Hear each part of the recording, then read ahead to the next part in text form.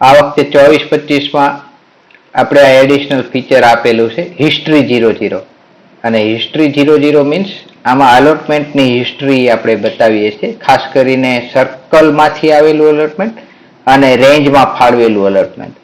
તો circle અલોટમેન્ટની history આપણને જોવા મળશે કે આપણે સર્કલમાંથી આવેલું અલોટમેન્ટ ક્યારે ક્યારે અને કઈ કઈ તારીખે આવેલું છે. તો આ તારીખે 9 તારીખે આટલું આવ્યું હતું, એ પહેલા આ 23/5 લખેલી છે, આમાં 1/5 લખેલી છે. તો આપણે ભૂલમાં ખોટી એન્ટ્રી કરી હોય તે સુધારી નાખવું, કારણ કે અમુક જગ્યાએ આનો યુઝ થાય છે ડેટમાં. તો અલોટમેન્ટ ડેટ સુધારી નાખવાની અને આ ટાઈમ સ્ટેમ્પ એટલે આપણે કઈ તારીખે અલોટમેન્ટ એકચ્યુઅલી કર્યું છે તે બતાવે છે.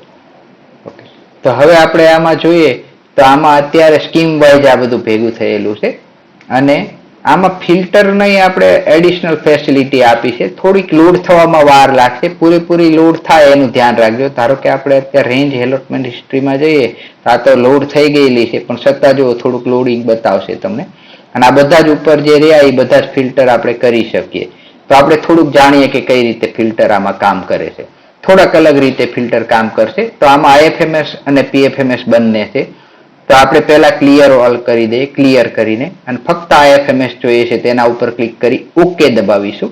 તો ફક્ત IFMS વાળો ડેટા આની અંદર રહેશે, PFMS વાળા જતા રહેશે. એ જ રીતે ધારો કે આપણે આમાં ફક્ત PFMS વાળો જોઈએ છે, IFMS નો નથી જોઈતો, તો એને અનક્લિક કરી દઈએ તો ફક્ત PFMS ના જો હશે તો એ બતાવશે. અને આમાં જો હશે તો જ બતાવતું હશે PFMS, નહીં તો ફક્ત IFMS હશે. તો અત્યારે ધારો કે આપણે IFMS ઉપર રાખીએ છીએ અને IFMS માં પર્ટિક્યુલર અમુક સ્કીમનું જોઈએ છે, તો આમાં બે ક્લિયર કરી દેવાનું. અને ક્વેરી કરતા આમાં થોડુંક બેનિફિટ એ થાય છે કે તમે આમાં એકથી વધારે એક સાથે સિલેક્ટ કરી શકો. ધારો કે આપણે આ ફોરેસ્ટ્રી સ્કીમ જોઈએ છે કમ્યુનિટીની, એના ઉપર ક્લિક કરીએ, સાથે સાથે આ એન્ટી નોન ટ્રાઇબલની સ્કીમ જોઈએ છે, સાથે આ પણ એન્ટીની સ્કીમ જોઈએ છે. તો આપણે જેટલી સ્કીમ સિલેક્ટ કરવી હોય એ બધી સ્કીમ એક સાથે સિલેક્ટ કરીને ઓકે આપી શકીએ. તો જેટલી સ્કીમ આપણે સિલેક્ટ કરી, એટલે અત્યારે આપણે 4 સ્કીમ સિલેક્ટ કરી, તો એ 4 સ્કીમ ઉપર ફિલ્ટર થઈ જશે. અને અહીંયા નીચે એનો ગ્રાન્ડ ટોટલ ને એ પણ બતાવશે આપણને કે કેટલું આપણે અત્યાર સુધીમાં અલોટમેન્ટ આવેલું છે સર્કલમાંથી.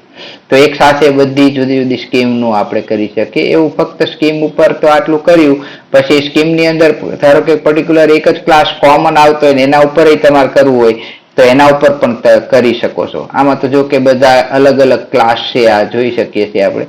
એટલે કોઈ એક ક્લાસ પસંદ કરીશું તો નો ડાઉટ આ આઈટમ જે છે એ એક જ પસંદ કરીશું તો એ એકનું જ આવવાનું છે. એટલે ધારો કે આપણે ક્લાસ 3 એક પસંદ કરીએ તો ક્લાસ 3 રહેશે, અથવા ક્લાસ 2 એક પસંદ કરીએ તો ક્લાસ 2 રહેશે.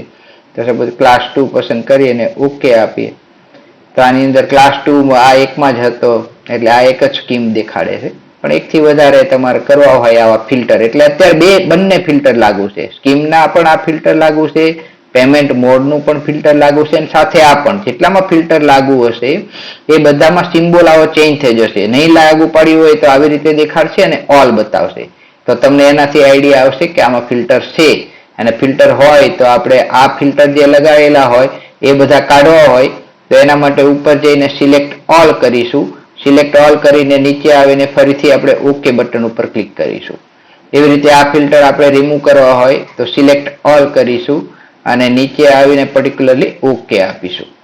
અને સિમિલરલી આનું કાઢવું હોય તો એ પણ અત્યારે રહેવા દઈશું. IFMS ઉપર ફરીથી ફિલ્ટર છે ધારો કે.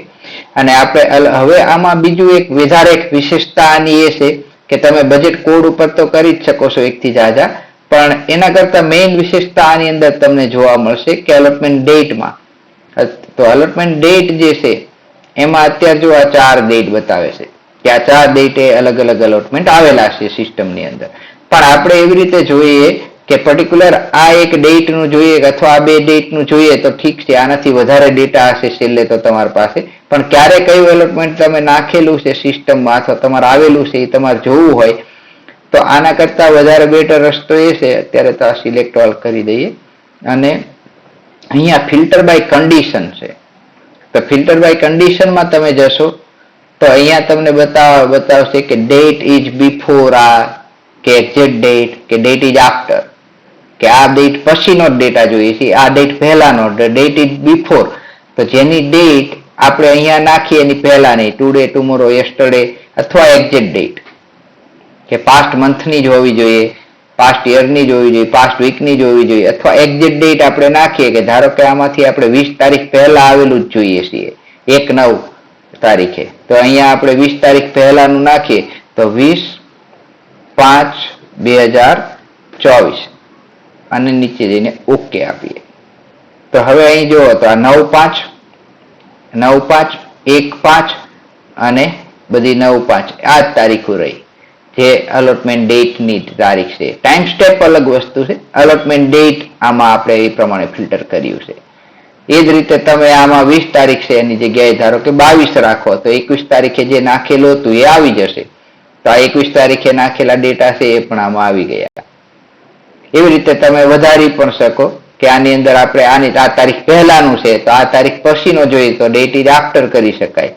તો આવા પણ ફિલ્ટર આની અંદર કરી શકાય છે. અને આ ફિલ્ટરને જો રિમૂવ કરવું હોય તો આપણે અહીંયા જ ફરીથી આવીને સૌથી ઉપર નન સિલેક્ટ કરવાનું છે, એનો એની નન, અને ઓકે આપવાનું. તો એ ફિલ્ટર જે છે એ રિમૂવ થઈ જશે અને પછી બધા જ આવી જશે. 23 તારીખનો જે ડેટા હશે તો એ પણ આવી જશે અને બધો ડેટા આની અંદર બતાવશે. પણ આ ફિલ્ટર તો હજી હશે જ કે જે આપણે આગળ આપેલા હોય. તો આ અલોટમેન્ટ ડેટ ઉપર ફિલ્ટર છે. એવી રીતે તમે ટાઈમ સ્ટેમ્પ એટલે ક્યારે ડેટા નાખ્યો છે એના ઉપર પણ ફિલ્ટર કરી શકો છો.